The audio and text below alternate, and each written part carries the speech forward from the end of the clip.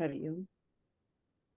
नत्वा सरस्वतीं देवीं शुद्धां गुण्यां पुण्यां करोमि पाणिनीयप्रवेशाय प्रवेशाय लघुसिद्धान्तकौमुदीम् कौमुदीम्। प्रथमतः नववर्षस्य शुभाशयाः। अस्मिन् वर्षे पुनः प्रथमे एव दिने अस्माकं कक्षा समासप्रकरेण आरभ्यते। समासप्रकरणेषु अस्माभिः अव्ययीभावसमासः, तत्पुरुषसमासः, केवलसमासः सम्यक्तया अधीतः सूत्रानुसारम् अपि। ततः द्वन्द्वसमासस्य परिचयः इतोपि न अभूत्। द्विगुसमासस्य सामान्यपरिचयः अस्माभिः कृतः। तथा बहुव्रीहिसमासस्य अपि सामान्याधिकरण बहुव्रीहि अस्माभिः अधीतः। अधुना तस्यापि अन्ये प्रकाराः सन्ति, तान् प्रकारान् वयम् अधीमहे।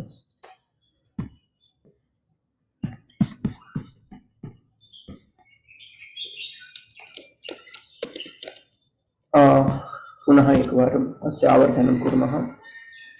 समानाधिकरण बहुव्रीहि यत्र पूर्वपदं प्रथमान्तं भवति, उत्तरपदम् अपि प्रथमान्तं भवति, सः सामान्य अथवा समानाधिकरण बहुव्रीहिः इति कथ्यते। व्यधिकरण बहुव्रीहि मध्ये किं भवति? एकं पदं प्रथमान्तं भवति, अपरं पदं सप्तमी विभक्ति मध्ये भवति। अत्र तु अवयववाची कश्चन शब्दः आगच्छति, यथा पाणिः, हस्तः, शिखरे, ललाटे, भाले इत्यादिकं तत्र भवति। लोचनः इत्यादि शब्दाः तत्र अवयववाचिनः व्यधिकरण बहुव्रीहि मध्ये भवन्ति। नय बहुव्रीहि इतोपि पठितव्यः, अस्माभिः न पठितः। अधनः न विद्यते धनं यस्य सः इति तस्य विग्रहवाक्यं भवति। तादृशानि पदानि अस्माभिः द्रष्टव्यानि। सः पूर्वपद बहुव्रीहि, अत्र सः इति अव्ययपदस्य उपयोगः कर्तव्यः भवति। पुत्रेण सह विद्यते, पुत्रेण सह वर्तते इति सपुत्रः, सरलः अस्ति अयमपि। तथा अन्तिमः भविष्यति उपमानपूर्वपद बहुव्रीहिः, अयमपि सरलः प्रकारः, ज्ञास्यते एव। गजाननम् इव आननं यस्य सः गजाननः इति। सामान्य बहुव्रीहेः प्रकाराः अस्माभिः दृष्टाः पूर्वमेव, उदाहरणानि अपि पठितानि आसन्। पीतम् अम्बरं यस्य सः पीताम्बरः, कृतं भोजनं येन सह कृतभोजनः इत्यादिकं सर्वम् अधीतम्। तत्र वाक्यमध्ये भवन्तः अर्थं दृष्ट्वा द्वितीयान्तं यं, तृतीयान्तं येन, चतुर्थ्यन्तं यस्मै, पंचम्यन्तं यस्मात्, षष्ठ्यन्तं यस्य, तथा सप्तम्यन्तं यस्मिन् इति पुल्लिङ्गे प्रयोगः भवति। यदा तत्र समस्तपदं दृष्ट्वा यदि पुल्लिङ्गस्य बोधः भवति, विभक्तेः बोधः भवति चेत् विभक्त्यनुसारं तत्र यं, येन, यस्मै, यस्मात्, यस्य, यस्मिन् इत्यादि पदानां योजनं तत्र कर्तव्यं।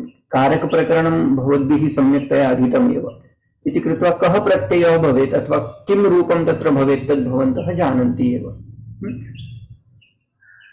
प्राप्तोदकः, प्राप्तम् उदकं, यं, सः ग्रामः, प्राप्तोदकः इति पुल्लिङ्गे। यदि गृहस्य कृते, कुलस्य कृते, यदि देशस्य कृते अस्ति चेत् तत्र लिङ्गं लिङ्गानुसारं कर्तव्यम्। यदि नगरी वर्तते तत्र प्राप्तमुदकं यां सा नगरी प्राप्तोदकी, प्राप्तोदका इति किञ्चित् भवति। हतदानवाः, दत्तधनः, पतितपर्णः, पीताम्बरः, वीरपुरुषः एतदपि पठितम् आसीत्। अभ्यासः अस्यापि सम्यक्तया कृतः। विग्रहवाक्यं समस्तपदम् इति अपि अस्माभिः कृतम् अस्ति। एते नियमाः दृष्टाः वा स्त्रीलिङ्गपदानां बहुव्रीहि आकारान्तविषये? एते अपि अधीताः खलु? न? अस्तु, प्रथमं कदाचित् ज्ञास्यते, अनन्तरं यदि पठितः चेत्। स्त्रीलिङ्गपदानां बहुव्रीहिः नाम किं? यदि समस्तपदे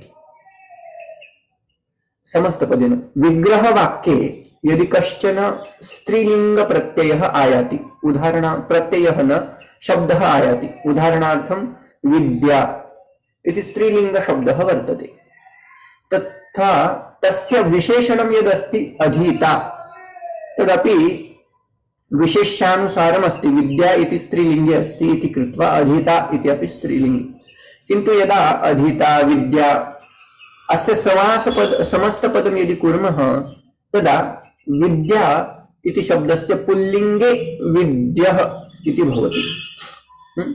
पुल्लिङ्गे तस्य यद् विशेषणम् अस्ति तद् विशेषणस्य प्रातिपदिकम् अस्माभिः उपयोक्तव्यम्। प्रातिपदिकं किं भवति? अधीत। पुल्लिङ्गे कर्तव्यश्चेत् अधीतः, स्त्रीलिङ्गे क्रियते चेत् अधीता, नपुंसकलिङ्गे क्रियते चेत् अधीतं। चेत् किं मेन प्रातिपदिकम् अस्ति? अधीत। चेत् अधीत प्लस विद्यः अधीत विद्यः इति समस्तपदं भवति। विग्रहवाक्ये तु साक्षात् अधीता विद्या येन सह इति वक्तुं शक्यते, किन्तु समासकरणवेलायाम् अधीत इति प्रातिपदिकं, तेन सह विद्या इति आकारान्तशब्दः, तस्य रस्वः कुर्मः, उत्तरपदस्य रस्वं भवति। अधीत विद्यः, one who has studied vidya, gain knowledge. Similarly, धृतामाला येन सह धृतमालः। रूपवती भार्या यस्य सह, अत्र रूपवत् इति शब्दः इति प्रातिपदिकं, रूपवान् इति पुल्लिङ्गे रूपं भवति, रूपवती इति स्त्रीलिङ्गे, रूपवत् इति नपुंसकलिङ्गे। मेन प्रातिपदिकं किम् इति चेत् रूपवत् इति प्रातिपदिकं। समस्तपदे तत् प्रातिपदिकम् उपयोक्तव्यं, विभक्तिरहितं रूपम् उपयोक्तव्यं। रूपवत् भार्या इति आकारान्त शब्दः अस्ति, तस्य रस्वः कुर्मः, भार्यः। one who has beautiful wife is called रूपवत् भार्यः। Similarly, सुन्दरी भार्या यस्य सह सुन्दर भार्यः, सुन्दर इति प्रातिपदिकं, तस्य प्रातिपदिकस्य साक्षात् उपयोगः सुन्दर। भार्या इति आकारान्त दीर्घ आकारान्त शब्दः, तस्य रस्वादेशः भवति, सुन्दर भार्यः इति तत्र रूपम्। अत्र उभयत्र अधीता विद्या इति अपि कर्तुं शक्यते स्त्रीलिङ्गे, धृतमाला इति कर्तुं शक्यते, किन्तु रूपवद् भार्या इति न कर्तुं शक्यते। अद्यत्वे शक्यते अपि अद्यते शक्यते। The woman who has another beautiful wife, nowadays anything is possible, so we can say that रूपवद् भार्या, but actually it should not. सुन्दरी भार्या यस्य सह, पुल्लिङ्गस्य एव भार्या भवितुम् अर्हति। ओके, अत्र द्वितीयः नियमः, यदि विग्रहवाक्ये दीर्घ इकारान्तः, दीर्घ उकारान्तः अथवा ऋकारान्तः शब्दः अस्ति चेत् समस्तपदे तस्मात् दीर्घ इकारात्, दीर्घ उकारात् तथा ऋकारात् कः प्रत्ययः उपयोक्तव्यः। विशेषण मध्ये यथा मया पूर्वम् उक्तं, प्रातिपदिकं यदस्ति तद् उपयोक्तव्यम्। उदाहरणं किं? पूर्णाः नद्यः यस्मिन् सः पूर्णनदिकः। अत्र पूर्ण इति प्रातिपदिकं, नदी इति दीर्घ इकारान्तः शब्दः अस्ति इति कृत्वा तत्र कः प्रत्ययः उपयुक्तः। पूर्णनदिकः, देशः, देशविशेषः भवितुम् अर्हति। पूर्णाः नद्यः यस्मिन् देशे वर्तन्ते सः देशः पूर्णनदिकः इति। अग्रिमम् अस्ति प्राप्ता वधूः येन सह प्राप्तवधूकः, दीर्घ उकारान्त शब्दः इति कृत्वा तत्र कः प्रत्ययः ऐड् कृतः। जीवन्ती माता यस्य सह, मया चिन्त्यते इदम् अस्माभिः अधीतम् आसीत् खलु अथवा न अधीतं खलु। जीवन्ती माता यस्य सह, अत्र माता वस्तुतः मेन प्रातिपदिकं किं? मातृ इति अस्ति, ऋकारान्त शब्दः अस्ति। स्त्रीलिङ्गे प्रथमा विभक्ति एकवचनं भवति माता इति कृत्वा समस्तपदे जीवन मातृकः इति ज्ञातव्यम्। सुन्दरी पत्नी यस्य सह, सुन्दरपत्नीकः। अयं नियमः दीर्घ इकारान्त विषये, दीर्घ उकारान्त विषये तथा ह्रस्व दीर्घ ऋकारान्त विषये भवति। अग्रिमः नियमः, यदि तत्र विशेष्य पदं ह्रस्व इकारान्तः अथवा ह्रस्व उकारान्तः भवति चेत् का तत्र उच्यते, तत्र साक्षात् विशेषणं तु प्रातिपदिकम् एव, विशेषणस्य प्रातिपदिकम् उपयोक्तव्यम्। ह्रस्व शब्दः यथा अस्ति तथा एव प्रयुक्तव्यः। प्रथमान्तं रूपं तीक्ष्णा बुद्धिः यस्य सः तीक्ष्ण बुद्धिः, one who has sharp intellect. श्रुता कीर्ति यस्य सः श्रुत कीर्तिः। लक्ष्मण रामस्य एकः न सः शत्रुघ्नः खलु। श्रुतकीर्तिकस्य पत्नी आसीत् भरतस्य वा मांडवी इति आसीत् भरतस्य। शत्रुघ्नस्य श्रुतकीर्ति, तत्र दीर्घ कीर्ति इति भवेत् रूपं, यदि स्त्रीलिङ्गस्य कृते अस्ति चेत् इति मन्ये अहम्, एकवारं द्रष्टव्यम्। दत्ताधेनुः यस्मै सः दत्तधेनुः, पतिता रज्जु यस्मात् सः पतितरज्जुः। इमे नियमाः स्मर्तव्याः। अयम् अभ्यासः अपि कृतः आसीत्, भवद्भिः रूपाणि अपि उक्तानि आसन् इति अहं स्मरामि। अस्तु, अधुना व्यधिकरण बहुव्रीहि विषये किञ्चित् चिन्तनं कुर्मः। व्यधिकरणे किं भवति, पूर्वपदं यद् भवति तत् प्रथमान्तं भवति, उत्तरपदं यद् भवति तत् सप्तम्यन्तम् अवयववाचकं भवति। उदाहरणं किं, खड्गः पाणौ यस्य सः खड्गपाणिः। तथैव दण्डः हस्ते यस्य सः दण्डहस्तः। परशु हस्ते यस्य सः परशुहस्तः। चन्द्रः शेखरे यस्य सः चन्द्रशेखरः। शेखर इत्यस्य शिरसि इति अर्थः। धनुः पाणौ यस्य सः धनुष्पाणिः। अत्र पुनः एकः अपवादः भवति। कानिचन तथा उदाहरणानि उपलभ्यन्ते यत्र प्रथमान्तं पूर्वपदं यद् भवति तत् सप्तम्यन्तं भवति। उदाहरणं भाले इति सप्तम्यन्तं पदम्। नेत्रम् इति प्रथमान्तं पदम्। आर्डर् मध्ये चेंज भवति, कुत्रचित् अपवादः अस्ति। भालनेत्रः, भाललोचनः इति कुत्रचित् एतादृशं रूपमपि लप्स्यते। मोदकः हस्ते यस्य सः मोदकहस्तः। अग्रिमानि शीघ्रं शीघ्रं वक्तव्यानि।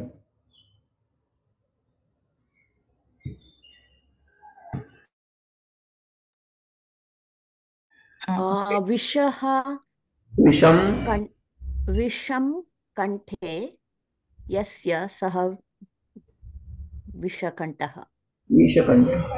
विषकण्ठः। अग्रिमं गदापाणौ यस्य सः गदापाणिः। अग्रिमं चापं हस्ते यस्य सः चापहस्तः। शङ्खपाणिः। शङ्खं पाणौ यस्य सः शङ्खपाणिः। शङ्खः पाणौ यस्य सः शङ्खपाणिः। श्रीवत्सं वक्षसि यस्य सः श्रीवत्सवक्षाः भगवान् विष्णुः। अग्रिमः समासप्रकारः अस्ति नय बहुव्रीहिः समासः। अत्र पुनः किं भवति, तत्पुरुषस्य तथा नय तत्पुरुषस्य तथा नय बहुव्रीहेः किञ्चित् रूपं समानमेव दृश्यते, किञ्चित् भेदः भवति। अर्थभेदः तु निश्चयेन भवति। तत्पुरुषे उत्तरपदार्थः प्रधानः तत्पुरुषः इति उच्यते।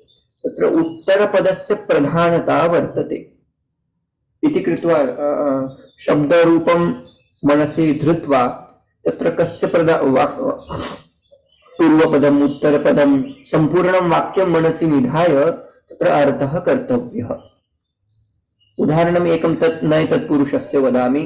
न धनं अधुना धनम् इति शब्दः नपुंसकलिङ्गे अस्ति इति कृत्वा यदि समस्तपदे धनम् इति पदम् आयाति अधनम् इति चेत् सः तत्पुरुषः इति अवगन्तुं शक्यते।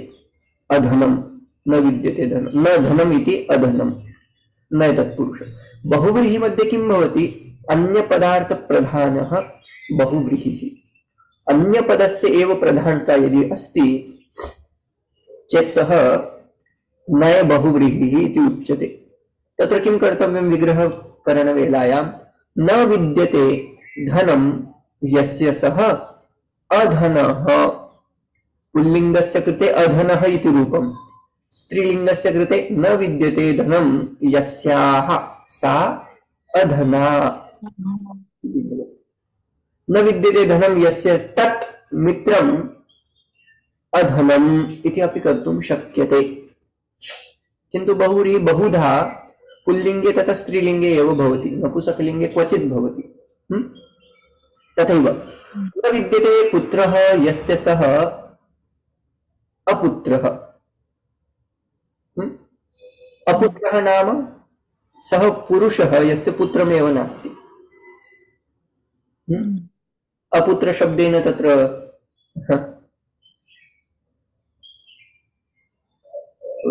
ब्रह्मचारी अपि स्वीकर्तुं शक्यते, अथवा यस्य विवाहः सञ्जातः किन्तु अधुना अपि तस्य पुत्रः न सञ्जातः, तस्य कृते अपुत्रः इति अपि उपयोक्तुं शक्यते। न विद्यते अश्वाः येषां ते अनश्वाः, ते पुरुषाः, ते राजानः, येषां सकाशे अश्वाः एव न विद्यन्ते।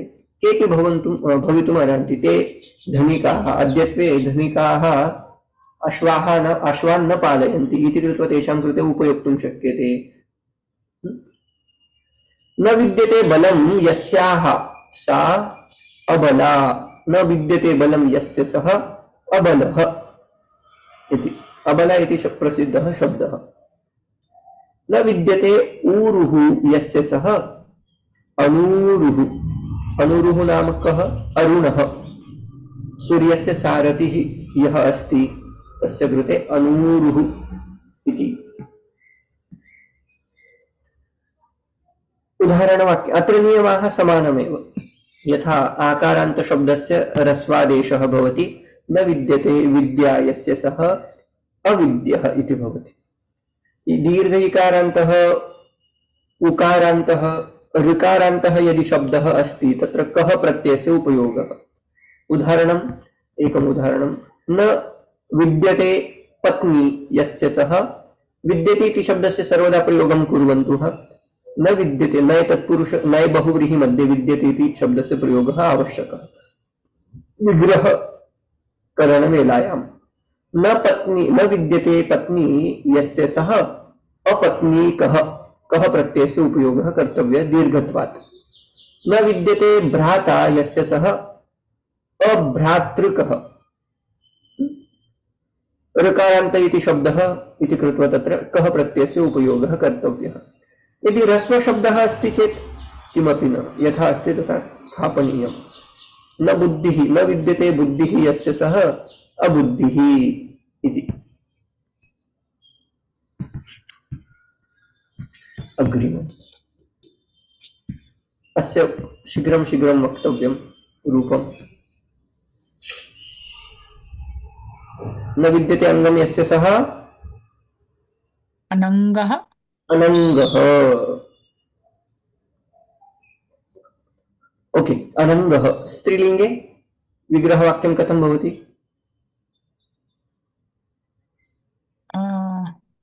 यस्य न विद्यते अङ्गं यस्या सा अनङ्गा। सा अनङ्गा, समीचीनं। किन्तु अनङ्गः शब्दः तु कामदेवस्य कृते एव उपयुज्यते। स्त्रीलिङ्गे तथा किमपि नास्ति। अनङ्गा किन्तु कर्तुं शक्यते। अङ्गमेव यस्याः न विद्यते सा अनङ्गा इति कर्तुं। माया अनङ्गा वर्तते, अङ्गमेव नास्ति तस्याः, अनिर्वचनीया सा खलु। अग्रिमम्, न विद्यते निद्रा यस्य सः अनिद्रा। अनिद्रः स्त्रीलिंगे न विद्यते निद्रा यस्याः सा अनिद्रा अस्याः सा अनिद्रा इत्युक्ते स्त्री यस्याः निद्रा न विद्यते अनिद्रा इति शब्देन पश्यन्तु कथम उपयोगः कर्तव्यः नय तत्पुरुषः अस्ति वा नय बहुव्रीहि अस्ति वा तत् विवक्षानुगुणं भवति पदं दृष्ट्वा तत्र मनसि नायाति वस्तुतः अयं तत्पुरुषः अस्ति वा बहुव्रीहि अस्ति वा किन्तु तत्र कर्ता कः क्रियापदं किम् एतत् सर्वं दृष्ट्वा अर्थः कर्तव्यः न विद्यन्ते गृहाणि येषां ते Agruha. I have a question about na angam yasya saha ananga. How did it become ananga? Because it should have been he was interrupting Shiva. He was trying to, create some karma into the Shiva. no, not like that. There is no na. How did the na come there? Ananga. Because you, for na nidra, you said it is anidra. We had But na anga. in the because of hal and ach, the different in Tatpurush if it's ach, Purusha, right? we had studied that if any word starts with Vyanjana, then we add a. If any word starts with Swara, like then we need to add an adesha, we have to do it. Okay. Sorry. Yeah, no problem. I have a little bit throat pain today. Yesterday also I was suffering. Okay, we'll continue. न विद्यते नाथः यस्याः सा Anatha. अनाथा पुल्लिङ्गे कथं भवति Anathaः. अनाथः न विद्यते नाथः यस्य सः अनाथः अग्रिमम् न विद्यते गृहाणि येषां ते अगृहाः इति भवति ते इति उक्तं खलु येषां ते बहुवचनमस्ति चेत् समस्तपदमपि बहुवचने भवति अग्रिमं न विद्यते ईशः इति अनीशः अनीशः सर्वतन्त्र स्वतन्त्रः अनीशः अविनाशः अविनाशः इत्यस्य तत्पुरुषः अपि भवितुम् अर्हति बहुव्रीहि अपि भवितुम् अर्हति नय तत्पुरुषः क्रियते चेत् तत्र उत्तरपदस्य प्रधानता न विनाशः अविनाशः विनाशः नास्ति इति वक्तव्यमस्ति चेत् अविनाशः इति वक्तुं शक्यते किन्तु बहुव्रीहि सः पुरुषः यस्य विनाशः न वर्तते सः अविनाशः अविनाशः इति कर्तुं शक्यते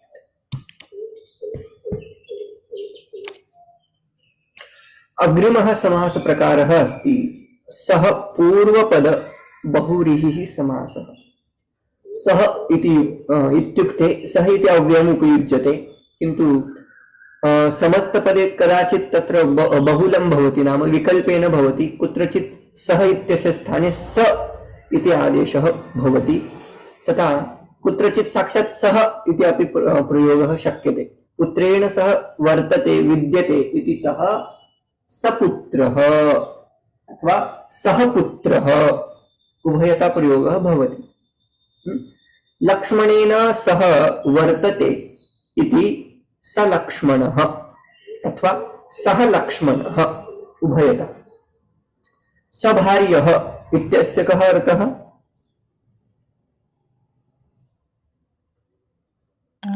with wife हाँ विग्रहवाक्यं कथं भवति oh sorry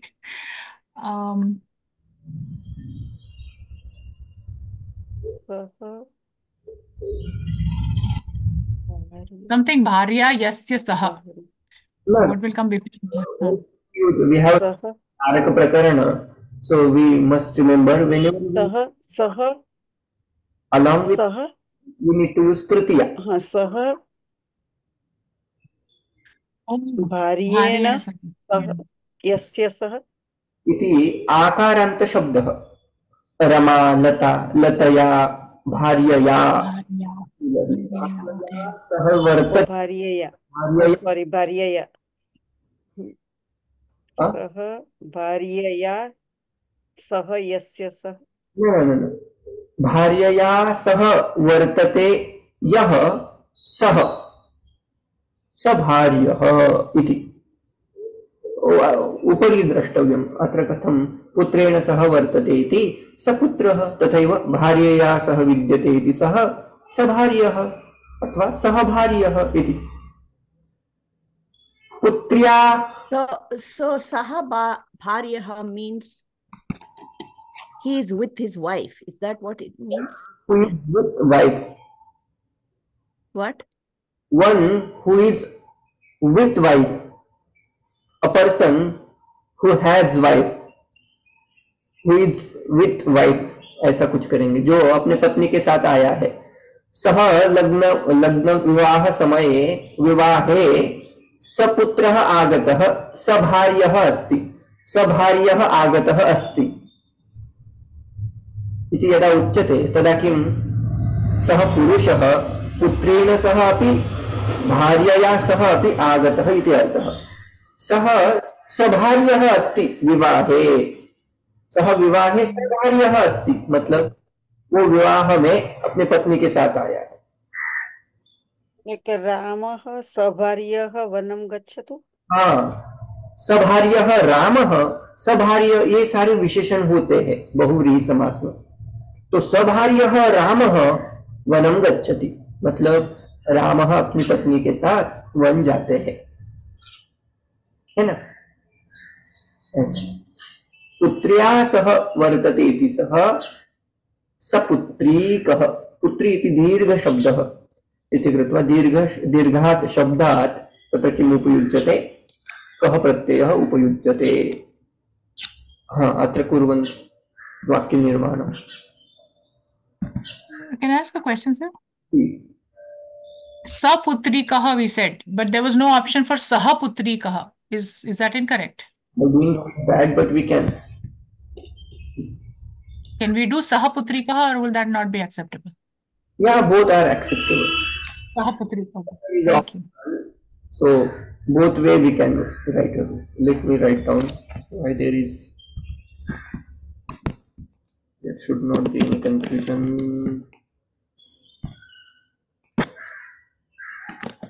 Okay, still that we can practice next one.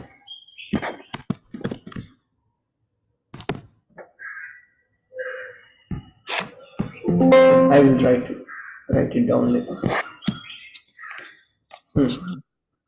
इदं वक्तव्यम्। विग्रहवाक्यम् अदृष्ट्वा। Yeah, we can see it. So, Sitaya saha vartate.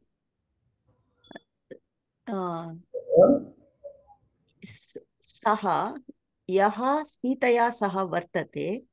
Saha. Sasitaha.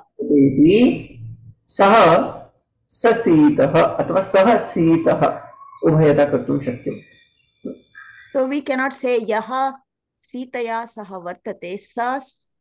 आवश्यकता नास्ति। सः ससीतः आवश्यकता नास्ति। साक्षात् एवमपि उच्यते चेत् साधु। सीतया सह विद्यते इति सः ससीतः, तावत् पर्याप्तम् अस्ति।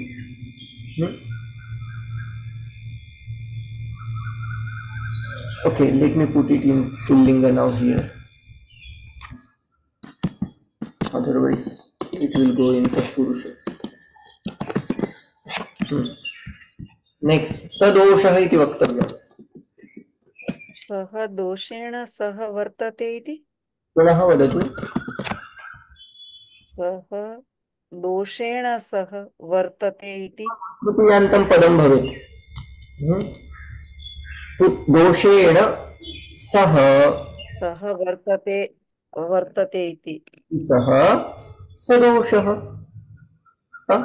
दोषैः सह विद्यते सा सदोषा। स्त्री सदोषा स्त्री। So that means that he is a person who has lot of faults in him. Correct. One who is with lot of faults. Okay. Agreement. Saha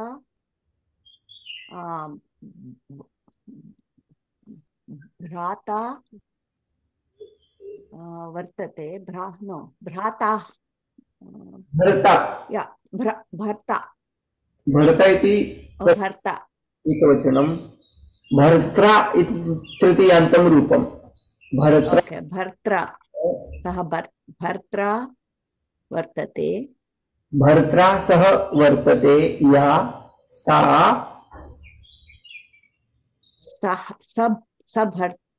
भर्तृका भर्तृका अथवा सह भर्तृका उभयता ऋकारान्त शब्द अस्ति इति कृत्वा ककारस्य प्रयोगः क प्रत्ययस्य प्रयोगः।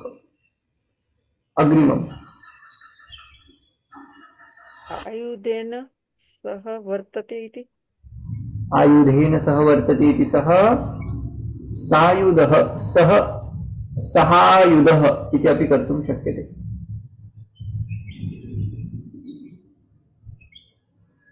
आयुधैः इति वक्तव्यं वस्तुतः आयुधेन सह एकेनैव आयुधेन वर्तते चेत् सः अग्रिमम्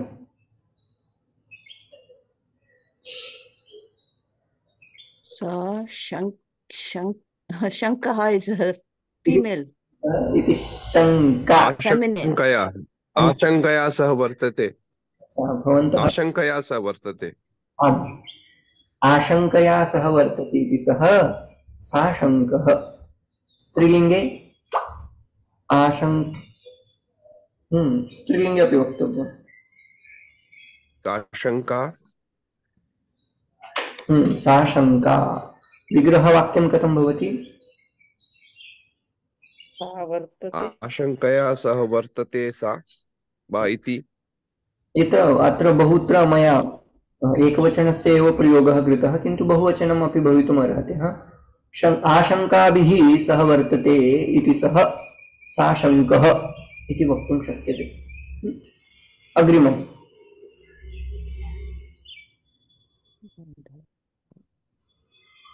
बान्धवैः सह वर्तते स बान्धवः यः बान्धवैः सह वर्तते ये वर्तन्ते ये ते सह बान्धवाः इति। साधु अधुना 5 निमेषाः सन्ति अग्रिममपि प्रकारं समापयामः। अत्र उपमानपूर्वपद बहुव्रीहिः इति उच्यते। नाम पूर्वं पदम् उपमानं भवति उपमानं पूर्वपदम् अग्रिमं तु उपमेयं भवति उत्तरपदं नेत्रं। राजीवे राजीवम् इत्यस्य अर्थः कमलं द्विवचनं नेत्रद्वयं भवति इति कृत्वा द्विवचनं राजीवे कमलं कमले कमलानि राजीवं राजीवे राजीवानि तथैव राजीवे इव नेत्रे यस्य सः राजीवनेत्रः तथैव चन्द्रः इव वदनं यस्याः सा चन्द्रवदना राजीवम् इव सुन्दरं नेत्रं चन्द्रम् इव सुन्दरं वदनम् इति तत्र भावः सुन्दरं चन्द्रवदना नाम यस्याः वदनं सुन्दरम् अस्ति सा स्त्री सा महिला इति। वज्रम् इव कठोरम् इति कठोर इति भावः तत्र आनेतव्यः। वज्रम् इव कठोरं हृदयं यस्य सः वज्रहृदयः कुसुमम् इव कोमलं चेतः अथवा हृदयं यस्य सः कुसुमचेताः अथवा कुसुमहृदयः इति कर्तुं शक्यम्। अत्र बहुवचनस्य प्रयोगः किमर्थं महोदय चेताः इत्युक्ते इति शब्दः तस्य सः इति लिखितम् अयं पुल्लिङ्गे नचिकेतशब्दः यथा भवति नचिकेताः अस्तु तथा एव अस्य रूपम्। विश्वपारूपेण वा? विश्वपाः इति तु आकारान्तशब्दः। अयं सकारान्तशब्दः नचिकेतस् इतिवत् अस्य रूपाणि भवन्ति पुल्लिङ्गे। यदा कुर्मः चेतस् वस्तुतः चेतः चेतसि चेतांसि एवं गच्छति नपुंसकलिङ्गे, किन्तु यदा पुल्लिङ्गे भवति तत् उत्तरपदस्य नाम बहु अन्यपदस्य प्रधानता अस्ति इति कृत्वा पुल्लिङ्गे रूपं साधितं। पुल्लिङ्गे कथं चलति चेत् नचिकेतस् इति शब्दवत् अयमपि शब्दः प्रचलति। अस्तु महोदय, धन्यवादः। इमानि उदाहरणानि अस्माभिः दृष्टानि। अत्र तु साक्षात् वज्रम् इव कुसुमम् इव इत्यादिकं दृष्टं, किन्तु तथापि उदाहरणानि मया श्रुतानि यत्र साक्षात् उपमानं न भवति, किन्तु प्रथमं पूर्वं तत्पुरुषः मया पूर्वम् उक्तं गजाननम् इत्यत्र गजस्य आननम् इति तत्र तत्पुरुषः क्रियते। तस्य गजस्य आननम् इव आननं यस्य तत्र किञ्चित् साक्षात् उपमानं नास्ति, किन्तु प्रथमतया गजस्य आननं तत् गजाननम् इव आननं यस्य सः पुरुषः गजाननः इति अपि एकः प्रकारः अस्ति। तत् प्रकारम् उदाहरणं द्वयं मया श्रुतं, तत् अहम् अत्र निवेदयामि।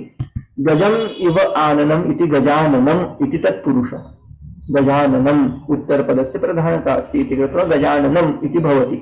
तत्र आननं नपुंसकलिङ्गे अस्ति इति कृत्वा गजाननम् इति अस्माभिः तत्पुरुषे स्थापितम्। अत्र यदा बहुव्रीहि कर्तव्यं तत्र किं भवति? गजाननम् इव आननं यस्य सः गजाननः, one who has face like the face of elephant, that would be the meaning of gajanana. That person who has face like elephant, that will be wrong.